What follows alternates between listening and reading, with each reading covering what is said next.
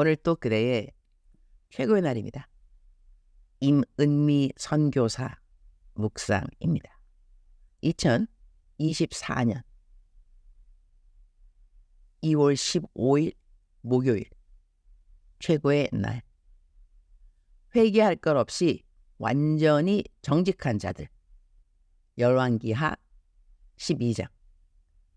내가 만들어 놓은 어록 중 내가 만들고도 내가 제일 좋아하는 어록이 있다면 유니스. 유니스는 내 미국 이름이다. 유니스를 만났는데 아직 예수님을 만나지 않았다? 아직 유니스를 만난 것이 아니다. 이 어록에 부합한 내가 되어야 하기 때문에 나는 이 어록을 더 지키고자 열심히 힘쓰게 되어서, 그래서 나는 이 말을 내가 지어놓고도 내가 가장 좋아하는 나의 어록이 아닌가 한다. 어제 아침에는 국민일보 직원들이 예배하는 신우회 가서 말씀을 전했다. 설교하기 전에 그 신우회 담당하는 분들을 좀 만났는데 사례비라고 미리 봉투를 주시면서 너무 작아서 죄송하다고 한다. 나는 설교하고 난 다음 보통 사례비를 받는데 어떤 곳에서는 사례비가 적다고 미안하다면서 사례비를 주는 곳이 있다. 그런데 나는 사례비 작고 큰 것이 그다지 문제되지 않는 강사라는 것을 아는 사람들은 알 것도 같다. 내가 받는 강사비의 크고 작음이 그다지 내게 상관이 없는 이유는 얼마를 받던지 어차피 누군가에게로 나갈 돈들이니까 그런 것 같다.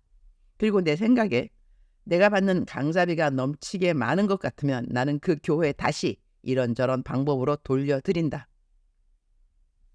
지난번에는 어디서 80분인가 세미나 했는데 강사비를 200만 원 받았다. 나 이렇게 강사비 많이 받는 강사 아니다.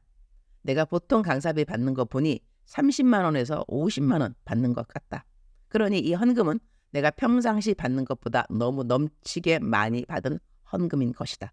그때 내가 실무 장로들 워크숍에서 설교를 했는지라 집에 돌아와 내가 받은 강사비를 보고 어떻게 하면 이 교회에 덕을 세울 수 있을까 생각해서 그날 워크숍에 아마 30분 가량 장로님이 오신 것 같아서리 오신 모든 장로님들께 장로님 직분 잘 하고 있다고 칭찬한다고 칭찬 케이크 30개 선물 기프트콘 구입해서 교회 비서분에게 보내드렸다. 모든 장로님들에게 1개씩 배달 부탁한다고 말이다. 지난번 어느 교회는 내게 매달 선교 헌금을 보내주시는 곳인데 무슨 사정이 있는지 이번 달부터 보내주시던 선교 헌금 50% 내려서 보내겠다는 말을 들었다. 그래서 그 교회 설교하러 갈 때 감사 헌금을 넉넉히 일찌감치 챙겨갔다. 내가 받을 강사 사례비를 얼추 생각해서 받을 강사비의 2배를 감사 헌금으로 드리고 왔다. 내가 헌금에 대해 보통 이러한 태도를 갖고 있기 때문에 어느 교회에 가서 강사비를 얼마 받든지 그것이 그다지 나에게 큰 의미는 없다고 하겠다.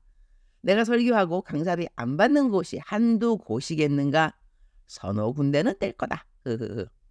나 강사비 줄 수 없는 상황이라 나를 초대 못하는 곳은 없기를. 그러나 내가 초대받아도 못 가는 상황은 거의 강사비나 교회 사이즈가 문제가 아니고 내가 시간이 안 되는 것뿐이다.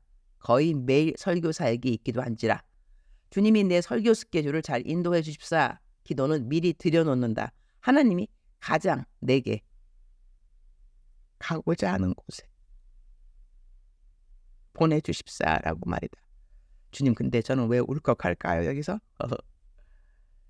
어제는 아침에 그렇게 신유의 설교하고 점심에는 만남 사역이 있었는데 상담 사역이 아니고 만남 사역이라는 것은 굳이 만나는 사람들이 문제가 있어서 상담받으려고 만나는 것이 아니고 하나님 이야기하려고 만나는 사람들이다.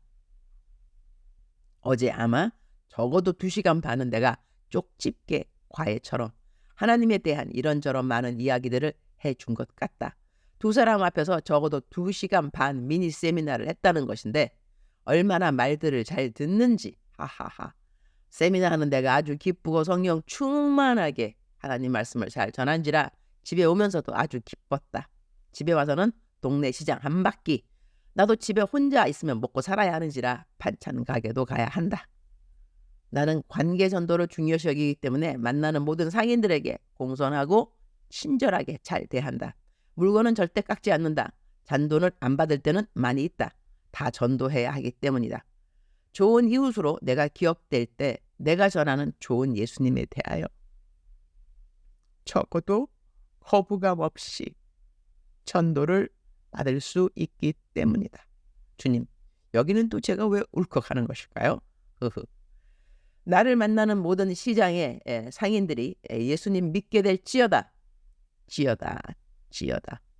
시장의 고깃집 청년은 나만 가면 이제는 내가 마음씨 좋은 아줌마인지 아는지 고기를 더 주기도 한다. 지난번에는 내가 사는 고깃값보다 2배가 되는 돈을 팁으로 주었다. 내가 얼마의 팁을 주는지 지난번 어떤 분이 내 묵상에 올리지 말라고 해서 금액을 안 올린다. 돈의 액수가 팁으로는 큰 것일 수 있는데 나 역시 돈 아까운지 아는 사람이다. 그러나 내가 팁으로 넘치게 이곳저곳 내가 가는 곳마다 그리고 만나는 많은 기사님들에게 드리는 이유는 딱 한 가지이다. 이 돈으로 이분의 영혼을 살 수 있다면 그 마음 때문이다. 한 영혼을 돈으로 살 수 있을까? 그래서 나는 팁을 때로는 과하게 드린다. 과하게 팁을 드려야 그 사람에게는 감동이 되기 때문이다. 그러면 내가 건네주는 전동은 한 글귀라도 마음에 잘 다다를 수 있다고 나는 믿기 때문이다. 어제 큰 팁에 어쩔 줄 모르고 감동하고 기뻐하는 고깃집 2 청년의 모습이 한편 짠하기도 했다.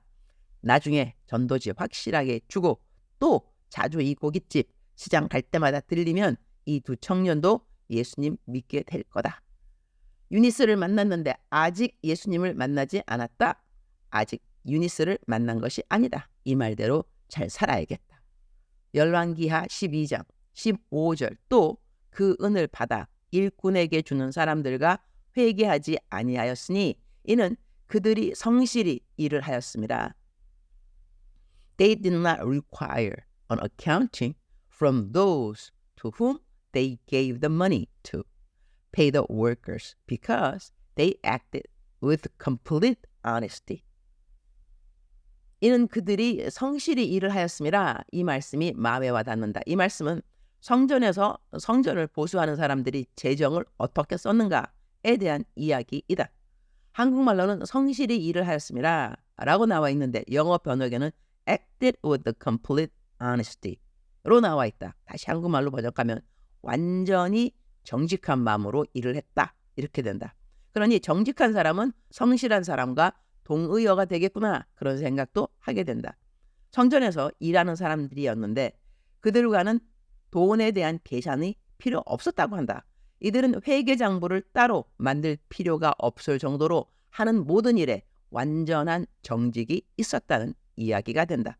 이런 글을 읽으면서 나도 이런 사람 되어야지 하는 생각도 복이 되는 생각이지만 나 이렇게 이미 살고 있어서 너무 감사하네. 이런 말은 더 큰 복이 되는 생각이 아닐까 한다. 이런 말들을 성경에서 대하면서 회개할 것 없는 사람, 너무나 속 편한 사람들이 아닐까? 나는 내가 이렇게 속 편한 사람이라서 감사하다. 성경에서 돈 이야기 나오면 발에 걸리는 말씀 없다. 하라는 대로 다 지키고 있어서인 것 같다. 나 이렇게 살고 싶은가? 이렇게 살고 싶고 그리고 이렇게 사는 사람이 있다고 꼭 말하고 싶어서 나는 이런 글 내 묵상에 자유하게 올린다. 그리고 더 감사한 것은 어머 선교사님 저도 그렇게 살고 싶어서 그렇게 살고 있어요. 이런 사람들을 만나게 될 때이다. 매사에 정직하게 살아야 한다. 하나님은 정직한 자에게 좋은 것을 아끼지 아니하신다라고 약속하셨다. 정직하게 사는 자들은 남들이 생각할 때 좋은 것이 아니더라도 무조건 주님 주신 것이면 다 좋은 것으로 여기는 그 태도가 바로 주님으로부터 이미 받은 복이 아닌가 그런 생각도 하게 된다. 주님, 오늘 또 최고의 날입니다. 오늘은 제자 광성교회 청년들 수양회 첫째 날입니다. 이틀 동안 설교를 맡았습니다. 수양회관까지 조금 거리가 있으나 그래도 잠 안 자고 집으로 돌아올 수 있는 거리라서 감사합니다. 한국의 동서남북을 운전하면서 거의 매일 집회를 하는 임우현 목사님을 생각하면 저는 동선이 모두 짧은 거리에서 설교를 하니 그것도 저로서는 감사한 일이 아닐 수 없습니다. 오늘 또 먼 거리를 운전하면서 집회 다닐 우리 임우현 목사님 위한 기도가 저절로 나오는 아침입니다. 여기도 울컥하네요. 이름도 없이 빛도 없이 수고하고 힘쓰는 이 땅의 모든 사역자들을 주님 오늘 또 만나 주시고 위로해 주시고 힘 주시고 필요한 모든 재정도 공급하여 주옵소서. 주님 사랑합니다. 주님 감사합니다. 오늘 또 우리 주님 저를 보시면서 하루 종일 기쁘시면 참 좋겠습니다. 외울 말씀 내 평생에 선하심과 인자하심이 반드시 나를 따르리니 내가 여호와의 집에 영원히 살리로다. 시편 23편 6절 말씀. 작정서 점수 100점. 사랑하는 그대여. 사랑하는 그대여 출석 부르고 있습니다. 대답하셔야죠. 사랑하는 그대여. 사랑하는 그대여. 오늘 또 하나님이 그대의 이름을 이렇게 불러주십니다. 사랑하는 나의 딸아, 사랑하는 나의 아들아, 너의 평생에 나의 선함과 인자함이 쫓아다니리라. 사랑하는 그대여. 이 성경 구절 너무나 은혜가 되고 힘이 되고 위로가 되지 않나요? 평생에, 그대의 평생에, 사랑하는 하나님의 딸 그대의 평생에, 사랑하는 하나님의 아들 그대의 평생에 무엇이 쫓아다니라고 성경을 말씀해 주시나요? 그렇습니다. 하나님의 선하심, 하나님의 선하심, 하나님의 자비하심, 하나님이 그대를 긍휼히 여기심, 모든 좋은 것들, 하나님의 선하심이 그대를 쫓아다녀 주실 것입니다. 너무 감사하죠. 이런 사랑을 받는 사람이 바로 그대입니다. 하나님의 사랑하는 딸이요, 하나님의 사랑하는 아들인 그대라는 것입니다. 그러하니 오늘 또 어깨를 든든하게, 당당하게죠. 한국말 당당하게, 어깨를 당당하게 펴시고 등에 있는 십자가, 이것이 무거울 수도 있지만 내가 따라가는 예수님, 사랑하기 때문에 따라가는 예수님 때문에 등에 있는 십자가가 무거운지 무겁지 않은지 그것조차 느껴지지 않는 그러한 은혜의 그대가 되기를 축복합니다. 사랑하는 그대여, 사랑합니다.